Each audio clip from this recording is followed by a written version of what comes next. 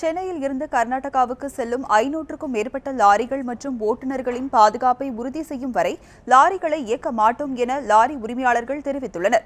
லாரிகளுக்கும் ஓட்டுநர்களுக்கும் பாதுகாப்பு வழங்க முதல்வரின் தனி பிரிவில் லாரி உரிமையாளர் சம்மேளனத்தின் சார்பில் மனு அளிக்கப்பட்டுள்ளது. மேலும் கர்நாடகாவில் லாரிகள் எரிக்கப்பட்டதை கண்டித்து ஒசூரில் லாரி உரிமையாளர்கள், ஓட்டுநர்கள் ஆர்ப்பாட்டத்தில் ஈடுபட்டு உள்ளதாகவும் தெரிவித்துள்ளனர். புகார் ஒன்று அளித்துள்ளோம். தமிழக ஓட்டுநர்களுக்கு, லாரிகளுக்கு, பொருட்களுக்கு பாதுகாப்பு அளிக்குமாறும், இந்த பாதுகாப்பு உத்தரவு அளிக்குமாறு எங்கள் வாகனங்களை கர்நாடகாவில் இயக்குவதில்லை என்றும், நாளொன்றுக்கு சென்னையிலிருந்து 500 லாரிகளும், தமிழகத்திலிருந்து 5000 லாரிகளும், பெங்களூருக்கும் கர்நாடகா வழியாக இயங்கக்கூடிய 15 லாரிகளும் நிறுத்தப்பட்டுள்ளது. இதனால் தமிழக அரசுக்கு நாளொன்றுக்கு 50 கோடியும், மத்திய அரசுக்கு 500 கோடியும், லாரி உரிமைக்கு 50 லட்சமும் இழப்பு ஏற்பட்டு வருகிறது.